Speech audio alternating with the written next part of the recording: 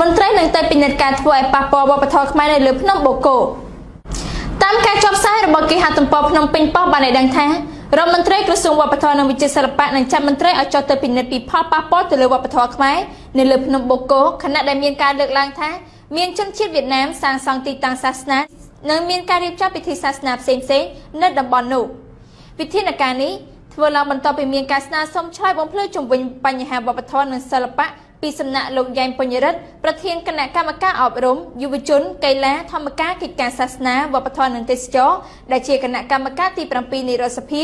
កាលពីថ្ងៃម្សិលមិញនៅវិមានរដ្ឋសភាគេហទំព័រដដែលនេះបានលើកឡើងឲ្យដឹងទៀតថាបន្ទាប់ពីការឆ្លើយបំភ្លឺលោកស្រីភឿសកលណារដ្ឋមន្ត្រីក្រសួងវប្បធម៌និងវិចិត្រសិល្បៈបានថ្លែងថាបញ្ហាដែលថាមានជនជាតិវៀតណាមសាងសង់ទីតាំងសាសនាលើភ្នំបូកគោនោះរដ្ឋមន្ត្រីក្រសួងទេសចរធ្លាប់បានឆ្លើយបំភ្លឺនៅរដ្ឋសភាម្ដងរួចហើយប៉ុន្តែក្រសួងវប្បធម៌នឹងចាត់មន្ត្រីជំនាញចុះទៅពិនិត្យទីនោះបន្ថែមទៀតពីផលប៉ះពាល់ទៅលើវប្បធម៌របស់កម្ពុជាហើយជាសំណូមពររបស់គណៈការទី7នៃការប្រជុំថ្ងៃនេះសូមលោកជំទាវជួយពិនិត្យពីផលប៉ះពាល់ដល់ជនជាតិភាគតិចខាងផ្នែកវប្បធម៌របស់បណ្ដាលឯងជាចំណុចទី1ទី2ពីការធ្វើពិធីផ្សេងៗដែលប៉ះពាល់ដល់វប្បធម៌របស់មង្គលសូមឲ្យតាមឡើងពីនោះហើយនៅទី3ស្នើសុំលោកជំទាវដើម្បីមេត្តាជួយរៀបចំបញ្ចូលទៅក្នុងកម្មវិធីសិក្សាផ្នែកខាងសិល្បៈផ្នែកខាងឧបករណ៍តន្ត្រីបារាណរបស់ខ្មែរដែលយើងតែងតែនិយាយថាជាសម្បត្តិវប្បធម៌ប្រពៃណីរបស់ជាតិយើងចំណុចសំខាន់ទាំងអស់នេះដែលយើងស្នើសុំហើយនឹងបានពិភាក្សាជាមួយលោកជំទាវរដ្ឋបាលយើងចាប់មន្ត្រីយើងឲ្យទៅមើលពីពួកគាត់និយាយទៅតាមខ្ញុំដឹងគឺកន្លែងនោះដែលមានជំនឿរបស់គេយកថាកន្លែងស័ក្តិសិទ្ធិទៅ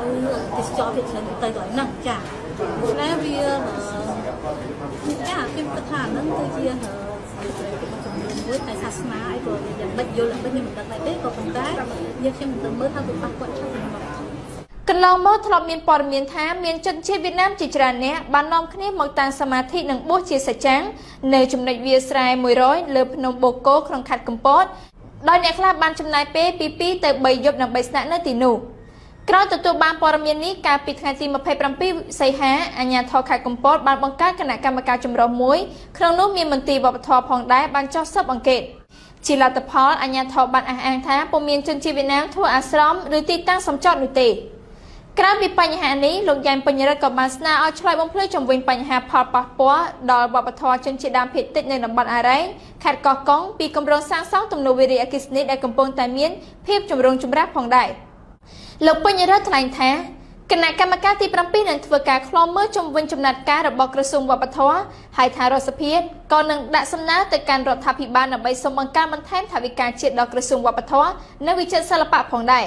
ខណៈដែលក្រសួងនេះបានរួមចំណែកក្នុងការតាក់ទាញភ្ញៀវទេសចរនិងថែរក្សានៅវប្បធម៌ជាតិសង្គមស៊ីវិលអ្នកវិភាគជំរុញទៅរដ្ឋាភិបាលអភិវឌ្ឍនៅតាមតំបន់ព្រំដែនការពារកុំឲ្យបរទេសឈ្លានពានតាមការចុះផ្សាយរបស់គេហទំព័រ VOD បានឲ្យដឹងថាមន្ត្រីសង្គមស៊ីវិលដែលធ្វើការពាក់ព័ន្ធដែនអធិបតេយ្យភាពនិងអ្នកវិភាគជំរុញទៅរដ្ឋាភិបាលកម្ពុជាពង្រឹងការអភិវឌ្ឍនៅតំបន់តាមព្រំដែនជាមួយប្រទេសជិតខាងដើម្បីការពារកុំឲ្យបរទេសឈ្លានពានយកទឹកដីបច្ចុប្បន្នអង្គការសង្គមស៊ីវិលអ្នកវិភាគនិងក្រុមយុវជនមួយចំនួនលើកឡើងថាកម្ពុជាកំពុងរងការរំលោភបំពានទឹកដីពីប្រទេសជិតខាងពិសេសប្រទេសវៀតណាមនិងថៃគេហទំព័រដដែលនេះបានបញ្ជាក់ឲ្យដឹងតាមរយៈប្រធានសហព័ន្ធនិស្សិតបញ្ញវន្តកម្ពុជាលោកម៉ៅពិសេសសង្កេតឃើញថាប្រទេសជិតខាងដូចជាប្រទេសថៃវៀតណាមតែងធ្វើការអភិវឌ្ឍនៅតំបន់នោះនិងកេណ្ឌប្រជាពលរដ្ឋឲ្យរស់នៅតំបន់នោះប្រកបមុខរបរកសិកម្មនិងអាជីវកម្មផ្សេងៗនៅជុំវិញខ្សែក្រវ៉ាត់ព្រំដែនចំណែកកម្ពុជាវិញនៅតំបន់ជាយដែនភាគច្រើនតែងសង់កាស៊ីណូនិងទុកដីវាលរហោស្ថានលោកថាការអភិវឌ្ឍនៅតាមព្រំដែនគឺមានតិចតួចណាស់ក្រៅតែពីតំបន់ដែលជាទីប្រជុំជនតាមច្រកមួយគឺដីទាំងអស់នោះនឹងត្រូវបានទុកចោលខុសពីប្រទេសវៀតណាមប្រទេសសៀមឡាវដែលគេមានការអភិវឌ្ឍជាទូទៅតែម្ដងលោកមកពិសេសយល់ថារដ្ឋាភិបាលគួរតែធ្វើការអភិវឌ្ឍលើគ្រប់វិស័យជាពិសេសវិស័យកសិកម្មដោយបង្កើតប្រព័ន្ធធារាសាស្ត្រនៅតំបន់ព្រំដែនដែលបោះបង្គោលរួចដើម្បីឲ្យប្រជាពលរដ្ឋមានឱកាសទៅប្រកបមុខរបរនៅតំបន់នោះលោកបន្ថែមថាខាងបណ្ដោយព្រំដែនវាអំណោយផលនៅតាមផ្នែកកសិកម្មអញ្ចឹង គឺធ្វើយ៉ាងម៉េចផ្ដោតទៅលើការអភិវឌ្ឍពង្រឹងវិស័យកសិកម្មនឹងឲ្យបានជាដុំកំភួនមានហេដ្ឋារចនាសម្ព័ន្ធឲ្យបានគត់មុតដើម្បីជួយសម្រួលដល់ការធ្វើកសិកម្មរបស់ប្រជាពលរដ្ឋដល់ឡែកបង្គោលព្រំដែនដែលមិនទាន់បោះរួចរដ្ឋាភិបាលគួរពន្លឿនបោះឲ្យបានឆាប់ដែលមានភាគីបរទេសធ្វើជាសាក្សីជៀសវាងការឈ្លានពានពីប្រទេសជិតខាងទាំងនោះទីហ៊ាន100នាក់គម្រាមលាលែងព្រោះទំនាស់ដីធ្លីជាមួយនឹងក្រុមហ៊ុនត្រីភិបបងប្អូនជនរួមជាតិជាទីមេត្រីបើយោងតាមគេហទំព័រភ្នំពេញប៉ុស្តិ៍បានចុះផ្សាយថាទីហ៊ានបម្រើការឲ្យវរៈសេនាតូចការពីព្រំដែនលេខ145ចំណុះឲ្យកងពលតូចអន្តរាគមលេខ14ជាង100នាក់ស្ថិតក្នុងភូមិសង្គមថ្មីឃុំថ្មដាស្រុកវាវែងខេត្តពោធិ៍សាត់ដែលមានចំនួនដីធ្លីជាមួយក្រុមហ៊ុន MDS Import Export Co Ltd របស់លោកអុកញ៉ាត្រីភិបបានគម្រាមលាលែងពីមុខតំណែងប្រសិនបើពុំអាចរកដំណោះស្រាយក្នុងចំនួនដីធ្លីនេះបានទេនោះគេហទំព័រដដែលនេះបានបញ្ជាក់ឲ្យដឹងតាមរយៈលោកផ្សេងពៅជាមន្ត្រីទីហ៊ានម្នាក់ក្នុងចំណោមទីហ៊ានទាំងជាង100នាក់នោះបានថ្លែងថាលោកបានសម្រេចចិត្តដោះយកខោអាវនិងកាំភ្លើងប្រគល់ជូនមេវរៈរបស់លោករួចហើយប៉ុន្តែមេរបស់លោកបានប្រាប់ថាមិនទាន់អនុញ្ញាតឲ្យឈប់នោះទេលោកបានថ្លែងថាឥឡូវពួកយើងជាង100នាក់ដែលមានទាំងទីហ៊ានអតីតខ្មែរក្រហមបានសម្រេចចិត្តទាំងអស់គ្នាថានឹងលាលែងពីតំណែងប្រសិនបើមិនមានដំណោះស្រាយប៉ុន្តែមេបានសន្យាថានៅថ្ងៃនេះគាត់សរសេរលិខិតទៅឯអាដាមត្រីភិបឲ្យជួយរកដំណោះស្រាយជូនពួកយើងរួចហើយគាត់ប្រាប់ថាបើមិនមានលទ្ធផលអ្វីទេនោះចង់ឈប់ក៏ឈប់ទៅគាត់នឹងលែងខាត់ទៀតហើយលោកសេងពៅបានថ្លែងទៀតថាមន្ត្រីទីហ៊ានទាំងនោះបានចាត់តាំងឲ្យរូបលោកធ្វើជាអ្នកតំណាងក្នុងការស្វែងរកដំណោះស្រាយចំនួនដីធ្លីនេះហើយមូលហេតុដែលសម្រាប់ចិត្តឈប់ទាំងអស់គ្នានោះពីព្រោះកម្លាំងសមត្ថកិច្ចចម្រុះបាននាំគ្នាមកការពីឲ្យក្រុមហ៊ុនឈប់បំផ្លាញផ្ទះសម្បែងរបស់ប្រជាពលរដ្ឋដែលជាប្រពន្ធរបស់ទីហ៊ានលោកបានថ្លែងទៀតថាឥឡូវយើងមិនទាន់ឈប់ទេតែបើមិនមានដំណោះស្រាយពួកយើងដោះខោអាវជូនមេទាំងអស់គ្នាតែម្ដងចំណែកអ្នកស្រីគុយស្រីម៉ៅដែលផ្ទះសម្បែងត្រូវបានឈប់បំផ្លាញរៀបដល់ដីដោយកម្លាំងសមត្ថកិច្ចដែលគ្រប់គ្រងក្រុមហ៊ុនត្រីភិបនោះបានថ្លែងថាបច្ចុប្បន្ននេះលោកមេឃុំបានដាប្រាប់ម្ចាស់ផ្ទះដែលអនុញ្ញាតឲ្យអ្នកស្រីស្នាក់នៅនោះត្រូវដេញពួកអ្នកស្រីកុំឲ្យរស់នៅពីព្រោះគេចោទពួកអ្នកស្រីថាពួកចិត្តអន្តោប្រវេសន៍ឃុំថ្មដាស្ថិតនៅជាប់ព្រំដែនខេត្តត្រាតប្រទេសថៃមានភូមិចំនួន3គឺភូមិឯកភាពសង្គមថ្មីនិងភូមិកណ្ដាលដែលមានប្រជាពលរដ្ឋកំពុងរស់នៅសរុបចំនួន515គ្រួសារឃុំនេះបានបង្កើតឡើងបន្ទាប់ពីសមាហរណកម្មរបស់ទីហ៊ានខ្មែរក្រហមដោយក្រសួងមហាផ្ទៃនៅក្នុងឆ្នាំ1998ប្រជាពលរដ្ឋនៅតំបន់នោះភាគច្រើនជាអតីតទីហ៊ានខ្មែរក្រហមពួកគេទទួលបានរបបដីដែលអាជ្ញាធរមូលដ្ឋានបែងចែកឲ្យនៅក្នុងឆ្នាំ2000បន្ទាប់ពីកងកម្លាំងរាជរដ្ឋាភិបាលកម្ពុជាបានទៅឈរជើងបោះទីតាំងតាមព្រំដែនក្នុងតំបន់នោះដោយបាននាំគ្រួសាររបស់ពួកគេមកជាមួយ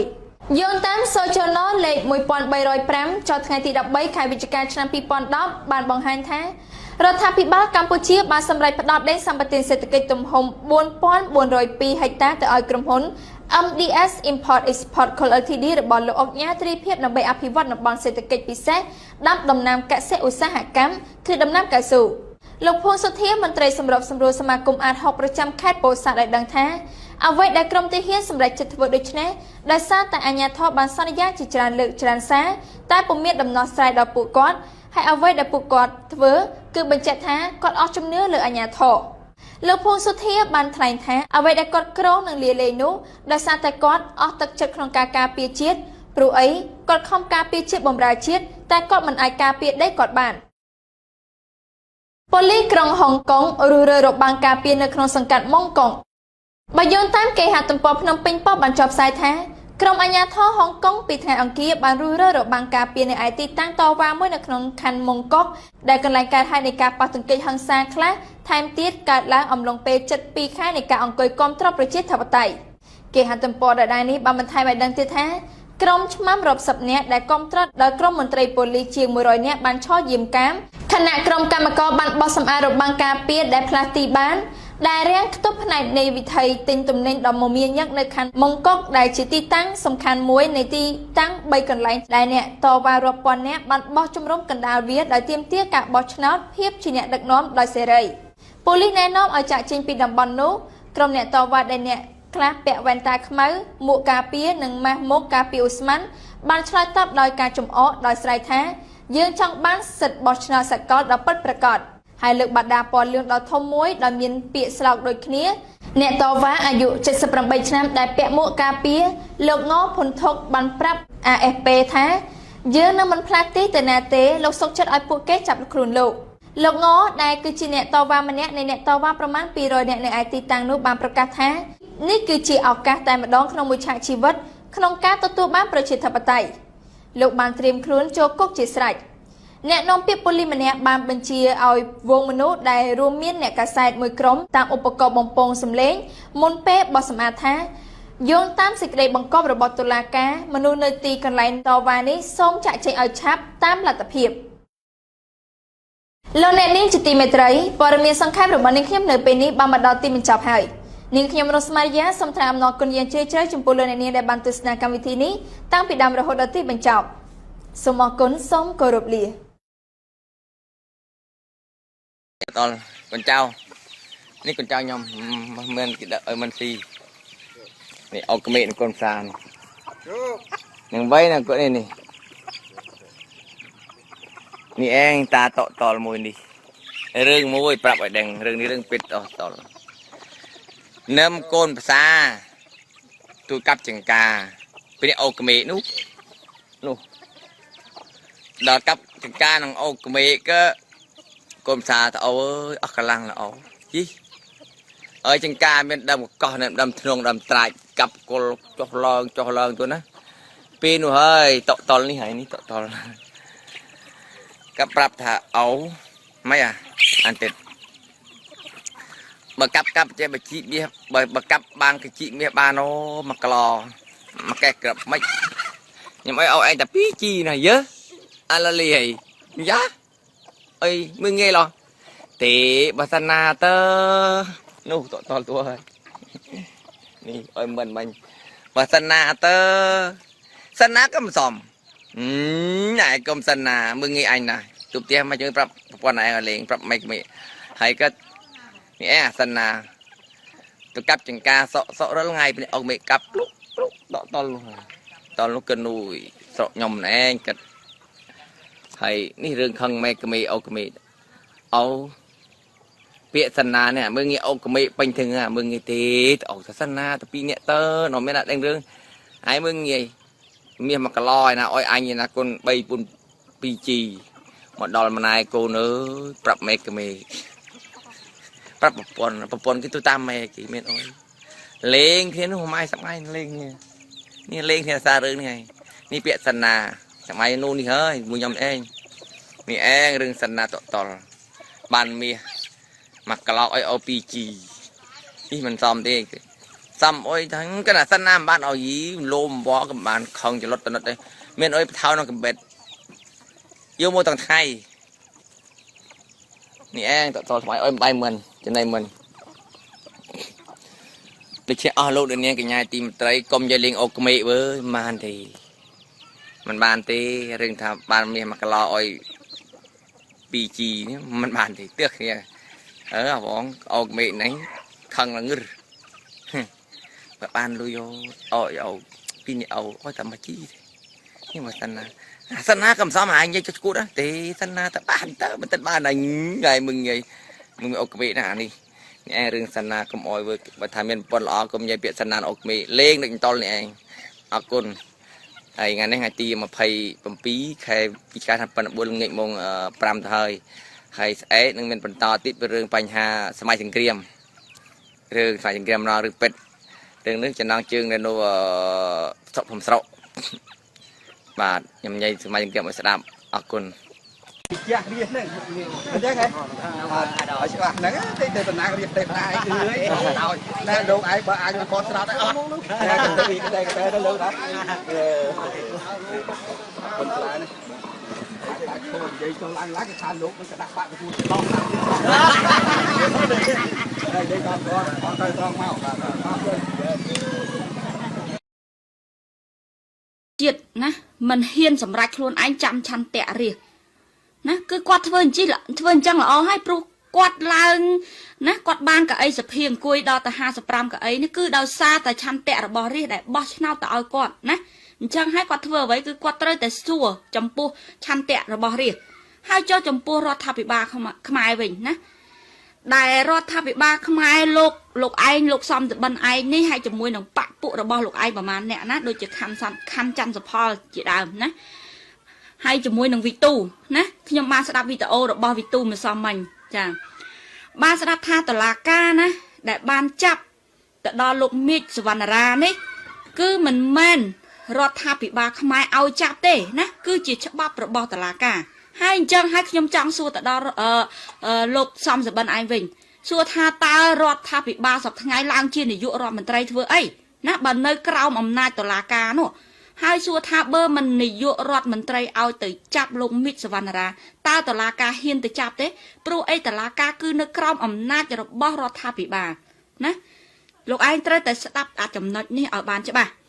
ហើយបើខ្លួនឯងគ្មានសមត្ថភាពហើយនៅក្រោមសិទ្ធិតុលាការហើយធ្វើអ្វីក៏មិនដឹងណាមួយម៉ាត់ណាក៏រដ្ឋាភិបាលមិនដឹងចាប់ប្រជាពលរដ្ឋខ្មែរយកទៅដាក់គុកណាឈូសដីឈូសធ្លីចាប់បងប្អូនប្រជាពលរដ្ឋខ្មែរដែលតវ៉ាในចំនួនដីធ្លីណាគឺចាប់ពួកគាត់គឺរដ្ឋាភិបាលនិយាយថាមិនដឹងទាំងអស់ហើយសួរថាឡើងជានាយករដ្ឋមន្ត្រីធ្វើអីហើយឡើងធ្វើជាមេដឹកនាំធ្វើអីបើធ្វើអ្វីមួយដល់ចាប់ដល់ប្រជាពលរដ្ឋខ្មែរហើយរដ្ឋាភិបាលមិនដឹងផងនេះណាហើយធ្វើដូចកាប់សម្លាប់ដល់ប្រជាពលរដ្ឋខ្មែរក៏តុលាការមិនដឹងណានិយាយទៅធាតុកោដែលសម្លាប់ប្រជាពលរដ្ឋខ្មែរនៅប្រទេសកម្ពុជាគឺរដ្ឋាភិបាលមិនរកមុខមិនឃើញទេណាគឺរកមុខមិនឃើញទេប៉ុន្តែចំពោះប្រជាពលរដ្ឋដែលតវ៉ាណាដូចជាចំនួនដីធ្លីដែលនាងខ្ញុំបាននិយាយអំបញ្ញមិញនេះដូចជាលោកមីតសវណ្ណរា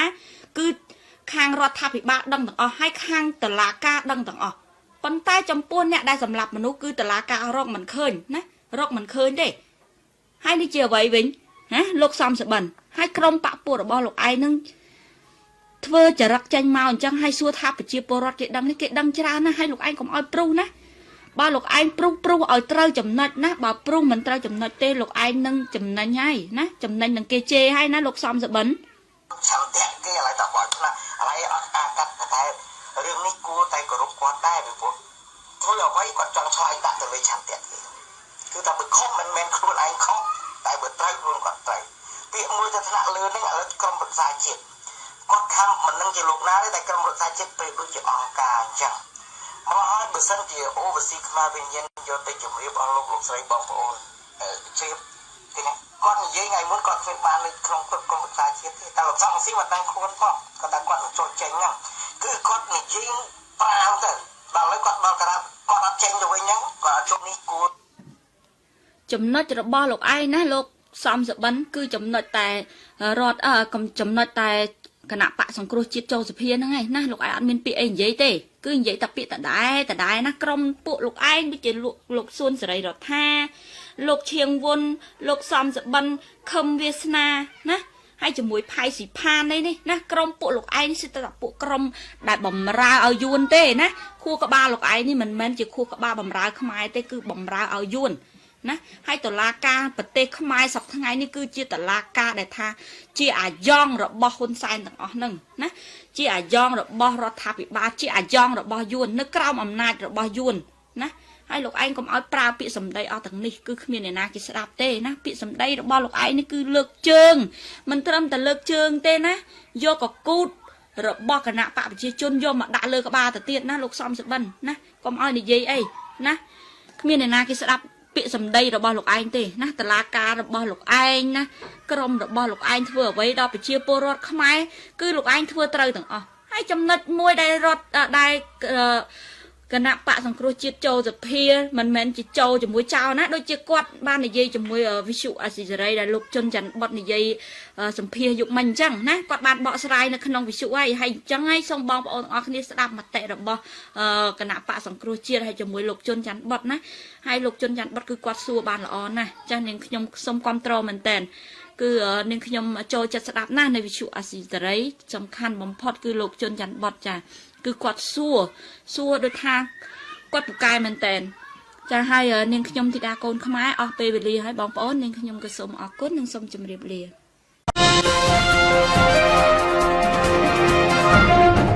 ាលោកនាងជាទីមេត្រីយើងសង្កេតឃើញថារហូតមកដល់វេលាម៉ោង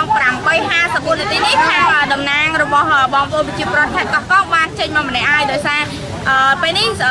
ខាងតុលាការបានគេសម្រេចក្តីថាឲ្យគាត់ឈ្នះក្តីហើយចឹងហើយនៅពេលនេះយើងសូមទស្សនាទស្សនវិជ្ជានៃការដែលគាត់ធ្វើសន្និសីទខ្សែបន្ទាប់ពីគាត់ចេញពីតុលាការដូចតទៅចា៎2006 ខ្ញុំរងគ្រោះទាំងប្តីទាំងប្រពន្ធនៅឆ្នាំ96នៅពេលនោះតុលាការកោះកុងក៏បានចាត់ខ្ញុំដាក់ពន្ធនាគារកូនខ្ញុំនិងប្តីខ្ញុំរហូតបាន2ខែជាងរួចក្នុងសហគមន៍ខ្ញុំផ្តិតពេលដៃទ្រាំទ្របានខ្ញុំចេញមករួចខ្ញុំដឹងគេប្តឹងខ្ញុំ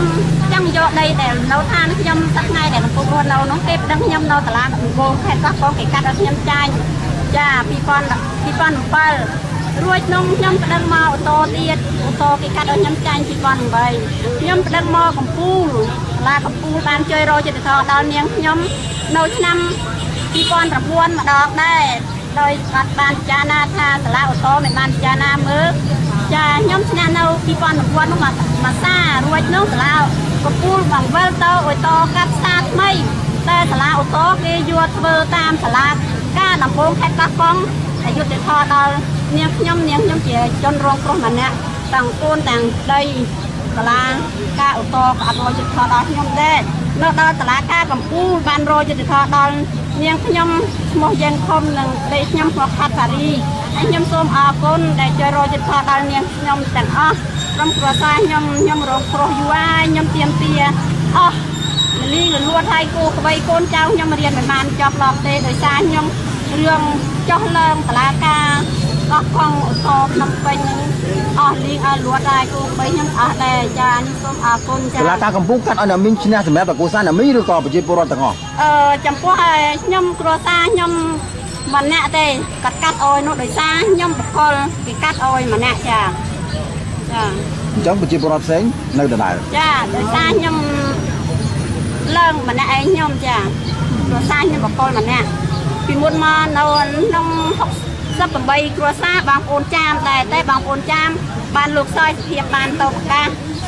កាល2008ខ្ញុំមិនបានចាំទេតែអាជ្ញាធរភូមិឃុំស្រុកគាត់គ្រប់គ្នាគាត់បាត់ចែកឲ្យបងប្អូនចាម60ខ្មែរគាត់នោះ40រហូតមកដល់30ថ្ងៃនេះបងប្អូនខ្មែរដូចអូនចឹងអត់មានបានដែរនៅចំណោម68គ្រួសារនោះតែបកលខ្ញុំនៅក្នុង68គ្រួសារដែរ